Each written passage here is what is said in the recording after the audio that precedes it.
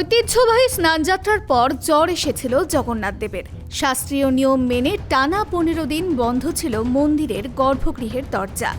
অবশেষে দীর্ঘ অনবসর কাটিয়ে সম্পূর্ণ সুস্থ হয়ে উঠলেন মহাপ্রভু।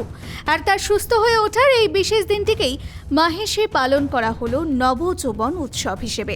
এই পুণ্যতিথিতে জগন্নাথ, বলরাম ও সুভদ্রাকে সোনার উপর অলংকার ও নতুন পোশাক পরিয়ে সাজানো হয় রাজবেশে। মহাপ্রভুর আরোগ্যের পর তাকে 56 রকমের রাজভোগ নিবেদন করা হয়। সকাল 7টা বাজতেই মন্দিরের মূল ফটক খুলে দেওয়া হয় ভক্তদের জন্য। আজ আমাদের শুক্ল অমাবস্যা তিথি, আজকে নবযৌবন উৎসব। মাহেশের নবযৌবন উৎসব খুবই বিখ্যাত। এই এতদিন ধরে যে অনবসর সেবা চলেছে, আজকের দিনে আমাদের মাহেশের নবযৌবন উৎসব। সকাল থেকে দরজা খুলে গেছে গর্ভগৃহের। ওনাকে অগণিত ভক্তদের ঢল নেমেছে ওনাকে এক পলক দেখবার জন্য। ওনাকে পুষ্পমাল্যে ভূষিত করানো হয়েছে, সোনার মুকুট পরিয়ে দেওয়া হয়েছে, কান পরিয়ে দেওয়া হয়েছে, হাত পরিয়ে দেওয়া হয়েছে। উনি রাজা সেজে বসে আছেন এই বেদিতে।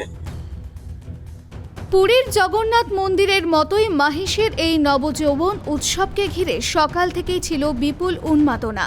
এই বিশেষ দিনে মহাপ্রভুর আশীর্বাদ নিতে মাহেশে আসেন রাজ্যের মন্ত্রী ভাস্কর ভট্টাচার্য, ব্যারাকপুরের বিধায়ক কৌস্তব বাগচি, চন্দননগরের বিধায়ক দীপাঞ্জন গুহ সহ গঙ্গাসাগরের সাধু সন্ত ও বহু বিশিষ্ট ব্যক্তি।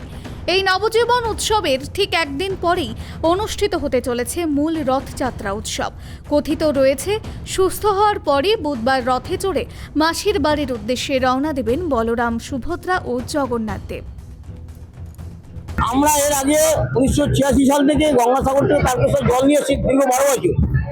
আমরা কোনো জায়গায় কোনো পজিশনে আমরা এত পরিবেশ সুস্থ সুন্দর পাইনি। নতুন সরকার পরিবর্তন হতে দেখছি আপামর সব কিছু পরিবর্তন হচ্ছে, শুধু অপেক্ষা হিন্দু রাষ্ট্র তৈরি হওয়ার জন্য। আমি মাহেশ মন্দিরে আজকে নয়, বহুদিন আগে থেকেও আসি, এর আগেও এসেছি।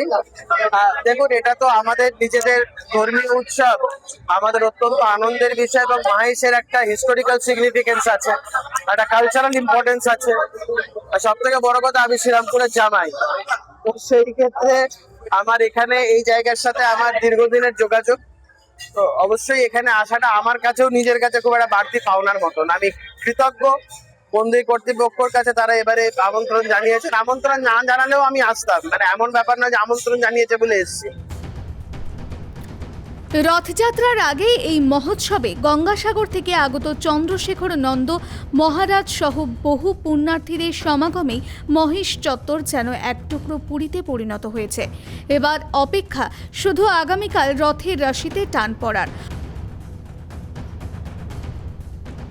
হুগলি থেকে অমল চক্রবর্তীর রিপোর্ট, কেটিভি বাংলা।